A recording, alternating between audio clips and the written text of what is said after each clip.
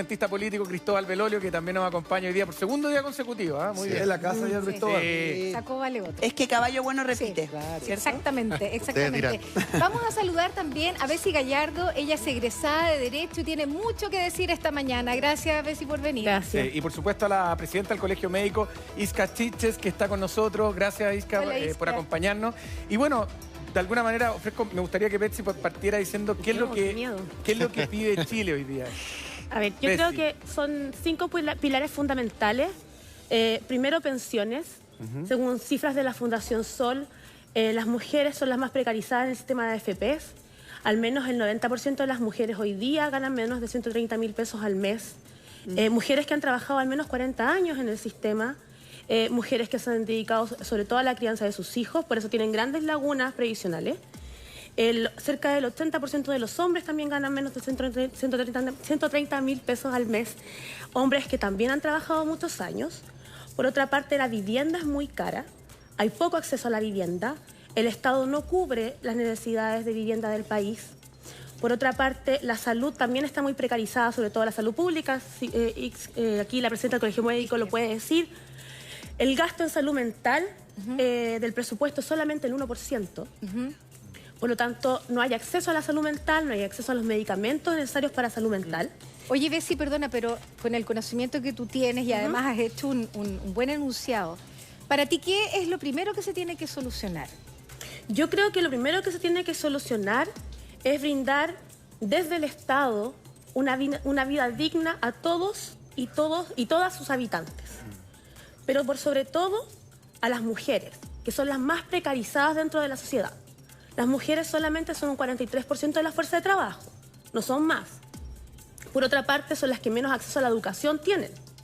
No solamente a la educación formal, sino que a la educación informal. Y son las que tienen trabajos más informales. Por lo tanto, el sistema de AFPs las perjudica. Si uno va, por ejemplo, a la historia fidedigna del decreto de ley 3500, que es del año 1980, que cambia el sistema de reparto, se reconoce en esa época por parte del ministro de la época, el ministro de Trabajo de la época, que el sistema de AFP va a perjudicar a las mujeres. Ahora, Betsy, perdona que te interrumpa, pero tú representas muy bien lo que es la opinión de la mayoría de la gente en la calle. De hecho, te hemos visto a través de redes sociales y todo. Y efectivamente, los recursos, como decía la intendenta, importan. No sacas nada con garantizar un derecho a la salud o a la educación si no tienes en la práctica cómo asegurarlo. Y lo otro que también me parece relevante considerar es que una constitución nueva es un rebaraje de poder radical, es un Big Bang jurídico, es comenzar de cero. Y por lo tanto, aquellos que tienen cierto poder hoy día que perder, obviamente van a ser más reticentes y escépticos a ese rebaraje de poder. Yo por lo menos, mi impresión, y esto lo digo con... Hablamos el diálogo, te vi haciendo así, Bessie. ¿En qué no estás de acuerdo? Hay una teoría dentro del derecho que está la de los tratados internacionales que versan sobre derechos humanos. Y no es la teoría mayoritaria, pero es al menos a la que yo adhiero. Nosotros podíamos destruir todo nuestro ordenamiento jurídico y aquellos tratados internacionales que versan sobre materias de derechos humanos están por sobre la Constitución y las leyes. Claro, por lo tanto, tendríamos que respetarlos. Así es. Y podríamos partir de esa base. Sí, eso es cierto. Mi pregunta es, ¿cómo vamos a partir de esa base si la gente no conoce esa base?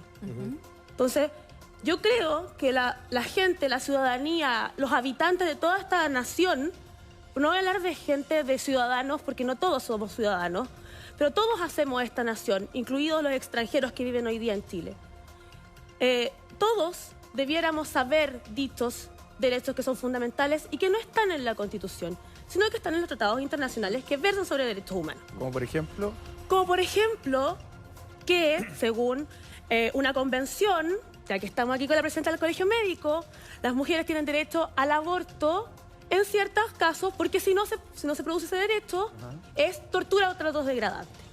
O, por ejemplo, que hay un constitucionalista muy famoso, tienen incluso su tesis en internet, el derecho a la educación no es solamente la instrucción primaria y secundaria, etcétera, sino que es un derecho que va desde que el niño nace hasta que la persona se va desarrollando, porque es permanente y es inmanente a la persona humana.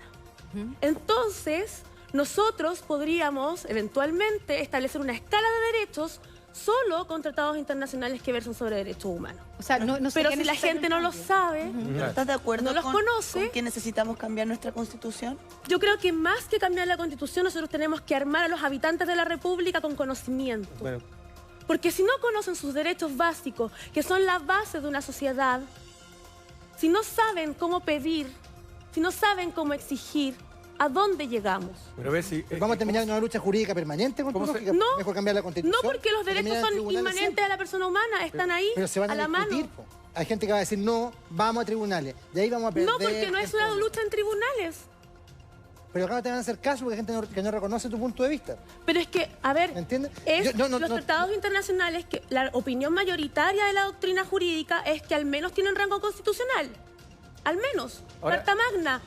De ahí para abajo o de ahí para arriba. Pero acá nos han respetado todo este tiempo. Quiere decir Sí, algo también. desde la ignorancia de ser Jurídica. médico a lo legal, ignorante, por favor. sí creo que es una buena forma quizá partir conversando en cuáles son esos acuerdos sociales. Cuando hablamos de bueno, construyamos un nuevo pacto social y político, que nadie se quede a la cola, en donde vamos a mantener algunos grados de libertad, porque evidentemente vivimos en una economía liberal, pero vamos a hacer un modelo más amable con la sociedad. Y sí, quizá la discusión constitucional puede ser un buen ejercicio de definir esos horizontes que es un buen ejercicio como político en donde todos podemos contribuir y decir hasta cuándo esto de mi 7%, mi AFP, mi vivienda, mi casa y el otro. Esa es una discusión que Chile tiene que dar para después empezar en este trabajo, tal como decía Dante también. Yo sé que voy a llevar salud para todo mi país, por ejemplo. ¿Sabe lo que pasa? Voy a ir dando pasos porque evidentemente no tengo toda la plata hoy día, evidentemente tengo que hacer leyes, tiene que ser un proceso que no crea ansiedad, pero por lo menos podemos empezar a conversar de esos grandes acuerdos. Y verlo como inversión, no como gasto. Sí, una pequeña duda que me gustaría como preguntar. Cuando se habla, y lo digo desde la ignorancia porque no manejo el tema, pero cuando se habla de poder llegar a una asamblea constituyente, de poder modificar nuestra constitución, una cosa es modificar la constitución o la otra cosa es hacer una constitución completa. Una cosa es modificar la constitución, que es de hecho la misma constitución, Cristóbal me puede corregir, materias de plebiscito, una de ellas es la reforma de la Constitución y los quórums son sumamente altos, por cierto, para modificar Constitución. Y otra cosa es hacer asamblea constituyente y nueva Constitución. Ya. Aquí estamos hablando de lo segundo. Aquí estamos hablando de lo segundo. O sea, nosotros estamos hablando de que vamos a someter a todo el ordenamiento jurídico actual de Chile a una nueva Carta Fundamental y aquellas leyes que no se sometan a esa nueva Carta Fundamental quedan derogadas ipso facto. ¿Pero quién vela por eso? Es una estupenda pregunta porque las condiciones de participación son radicales para que tú creas realmente que y por eso vas a tener derecho a voz y voto. Pero hay dos cosas que me gustaría decir. La primera es que uno de los problemas en esta discusión es cuando una de las dos partes predetermina el resultado. Claro. Entonces, por ejemplo, yo te invito a ti a una asamblea constituyente, pero te digo de antemano que la Constitución tiene que, por ejemplo, nacionalizar el agua o haber sistema de reparto en provisión. ¿Y qué pasa si tú tienes ideas distintas a esa? Es como que yo te invito a ti a un partido de fútbol que de antemano te digo que te voy a ganar 5-6. Y eso creo que estratégicamente además ha sido torpe en general la izquierda al ofrecerle esa invitación a la derecha, porque la derecha probablemente no se va a sentar a esa mesa si sabe que va a salir trasquilada. Y este es un tema más estratégico. Pero que es importante también porque hay que dar certidumbre de que todas las voces se van a escuchar. Hoy día la Constitución que tenemos, por lo menos en su origen, fue hecha con trampa a favor de un sector versus el otro. La idea es que la que tengamos ahora no quede al revés. Y lo segundo quería decir muy corto, no es obvio, puede ser, pero no es obvio que la demanda hoy de la calle sea asamblea constituyente. No. No es obvio. De hecho, a ver, Bessie, por ejemplo, tiene bastante claridad respecto de qué es lo que es, cuáles son los objetivos. A mí me gustaría tener la misma claridad porque la verdad es que no tenemos un decodificador que nos diga dentro de la heterogeneidad y diversidad de cosas que se han pedido y de la gente que se está manifestando, no hay un petitorio, no han parido, por así decirlo, pero las peticiones son claras, son contundentes. Algunas son incompatibles entre sí. Claro. Por ejemplo, si yo tengo que decidir hoy día si voy a tener, por ejemplo, Isquia decía muy bien, un sistema de salud gratuito, garantizado y público como en Inglaterra en NHS, probablemente no pueda tener gratuidad. Exacto. Por ejemplo, en 2011 nosotros... Interesante. Si las prioridades hay que definirlas políticamente y los recursos son escasos, por último, para saber qué hacemos primero, yo quizás volvería para atrás y me preguntaría si el 2011 no fue frívolo, lo pongo con estas palabras, no haber optado primero por los adultos mayores y la salud gratuita, en vez de un tipo que está sano para poder después de eso trabajar y quizás pagar un crédito contingente al ingreso con condenación. Para ir paulatinamente. No, mi pregunta es, ¿cuáles son las prioridades? Hoy día parece que tienen que ver más con adultos mayores y con salud. Yo estoy completamente a favor de un sistema de salud único, garantizado y gratuito. ¿Usted la pondría en uno de la lista? Me parece que era más importante que la gratuidad universitaria y lamentablemente aquí no hay una bala de plata que solucione todos los problemas. Lamento traer las malas noticias, pero la democracia, como hablamos ayer... Sí, pero el modelo finlandés funcionó y fue paulatino. O sea, Betsy, me pregunto una cosita para matizar, me encanta, yo te creo hasta en lo que no entiendo, porque me encanta el todo. De verdad.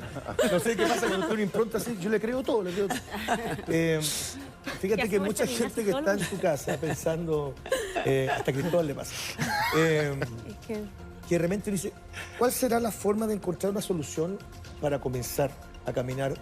Ordenemos las prioridades. Ordenemos las... Tú hablas del caso alemán y dices, antes de los impuestos, la desigualdad es igual que en Chile. Y el impuesto corrige.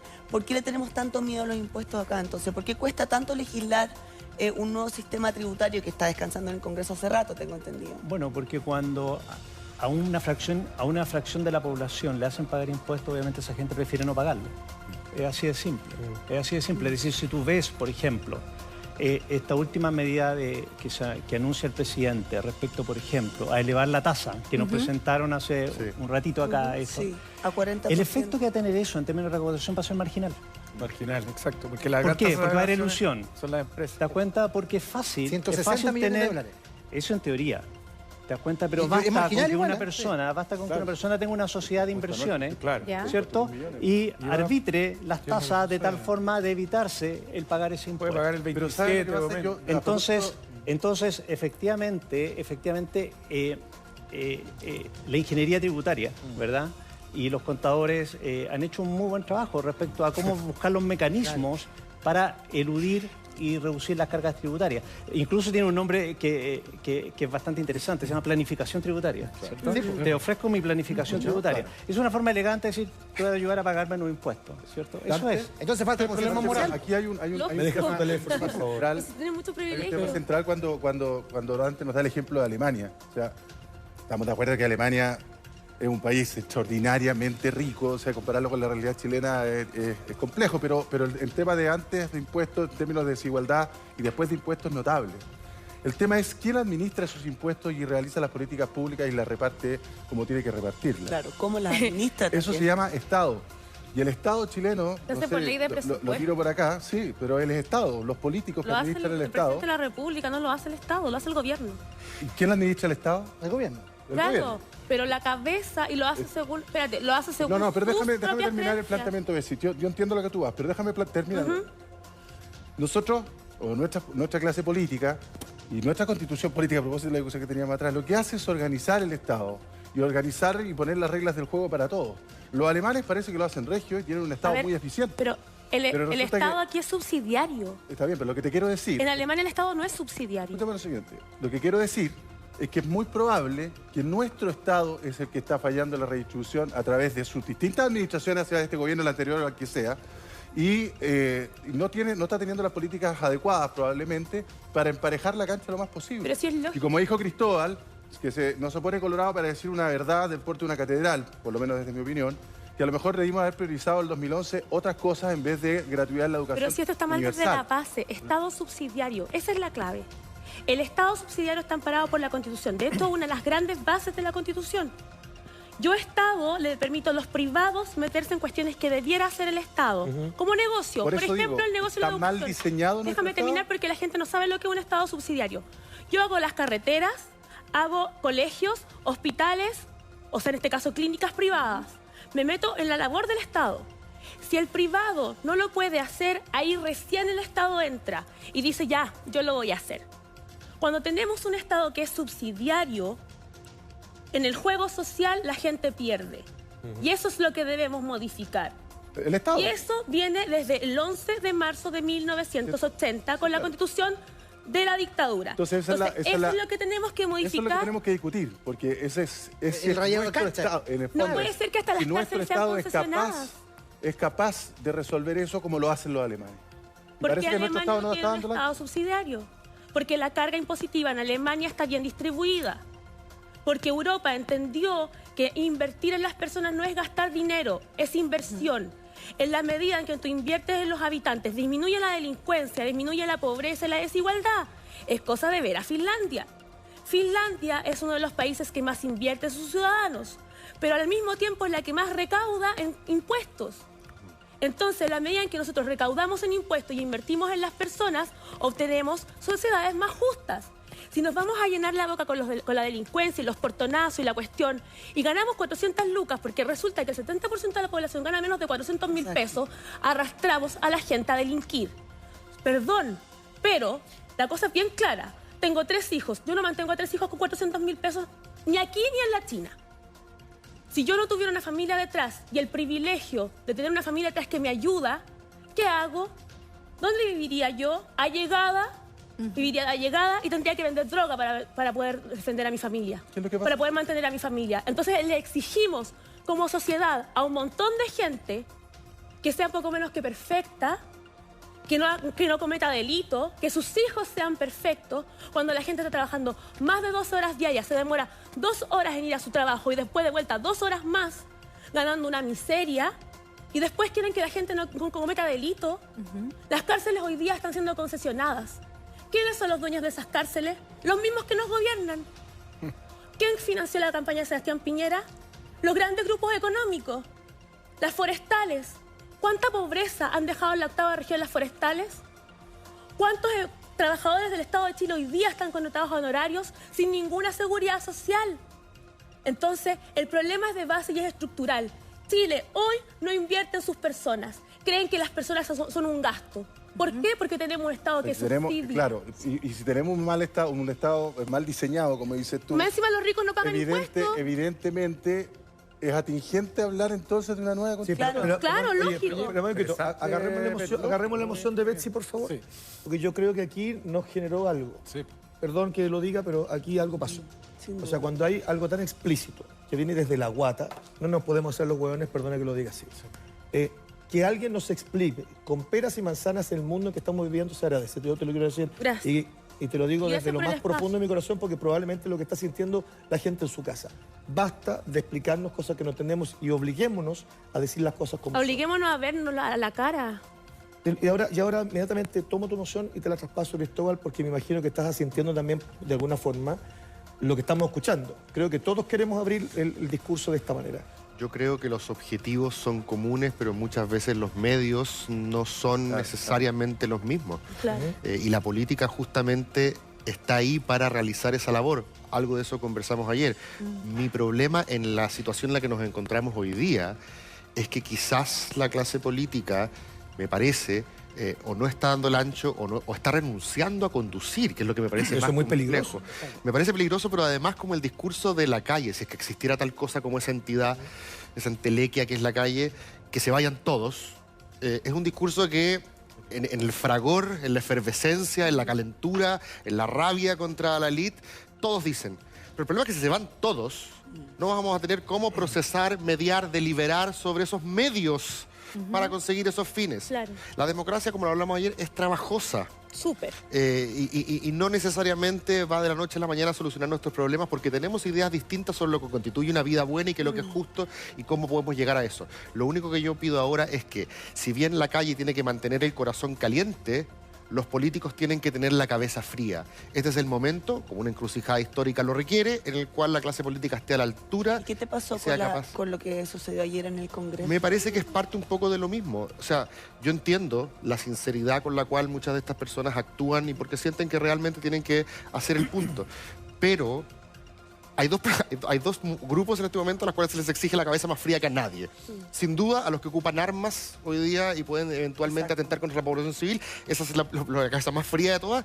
Y la segunda, la de aquellos que tienen que conducir, la de aquellos que tienen que liderar. Y me parece que esa cabeza fría no se ha manifestado. Y una cosa muy pequeña, el problema también de no decodificar qué es lo que dice la calle es que cualquier grupo va a decir, mira, yo creo que lo interpreto mejor. Ayer, por ejemplo, junto con la rebaja de la dieta parlamentaria, que parecería ser relativamente compartido, se aprobó disminuir el número de parlamentarios. Pero justamente gracias a que lo agrandamos, grupos que no tenían representación históricamente entraron.